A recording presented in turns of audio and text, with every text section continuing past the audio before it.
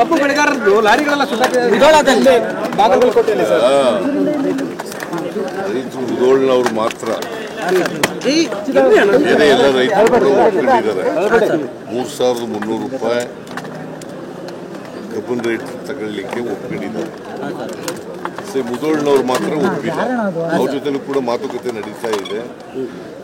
ಯಾರು ಕಬ್ಬು ಸುಟ್ಟಾಕಿದ್ದಾರೆ, ಟ್ರ್ಯಾಕ್ಟರ್ಗಳನ್ನು ಸುಟ್ಟಾಕಿದ್ದಾರೆ, ಟ್ರಾಲಿಗಳನ್ನು ಸುಟ್ಟಾಕಿದ್ದಾರೆ ಅಂತೇಳಿ ವಿಚಾರಣೆ ಮಾಡಿಸೋಣ.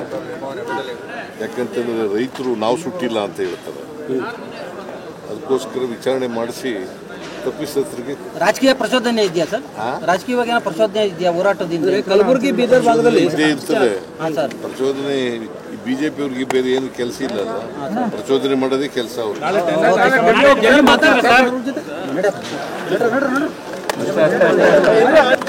ಕಬ್ಬು ಬೆಳೆಗಾರರದ್ದು ಲಾರಿಗಳೆಲ್ಲ ಸುಧಾರಣೆ ಬಾಗಲಕೋಟೆಯಲ್ಲಿ ಸರ್ ರೈತರು ಮುಧೋಳ್ನವ್ರು ಮಾತ್ರ ಬೇರೆ ಎಲ್ಲ ರೈತರು ಒಪ್ಕೊಂಡಿದ್ದಾರೆ. 3,300 ರೂಪಾಯಿ ಕಬ್ಬಿನ ರೇಟ್ ತಗೊಳ್ಳಿಕ್ಕೆ ಒಪ್ಕೊಂಡಿದ್ದಾರೆ. ಮುಧೋಳ್ನವ್ರು ಮಾತ್ರ ಒಪ್ಪಿದ್ದಾರೆ. ಅವ್ರ ಜೊತೆನೂ ಕೂಡ ಮಾತುಕತೆ ನಡೀತಾ ಇದೆ.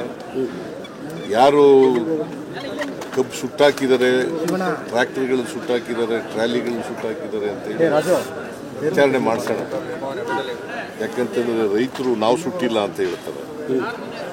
ಅದಕ್ಕೋಸ್ಕರ ವಿಚಾರಣೆ ಮಾಡಿಸಿ ತಪ್ಪಿಸರಿಗೆ ರಾಜಕೀಯ ಪ್ರಚೋದನೆ ಇದೆಯಾ ಸರ್? ರಾಜಕೀಯವಾಗಿ ಏನೋ ಪ್ರಚೋದನೆ ಇದೆಯಾ ಹೋರಾಟದಿಂದ? ಕಲಬುರಗಿ ಬೀದರ್ ಭಾಗದಲ್ಲಿ ಇದ್ದೇ ಇರ್ತದೆ ಪ್ರಚೋದನೆ.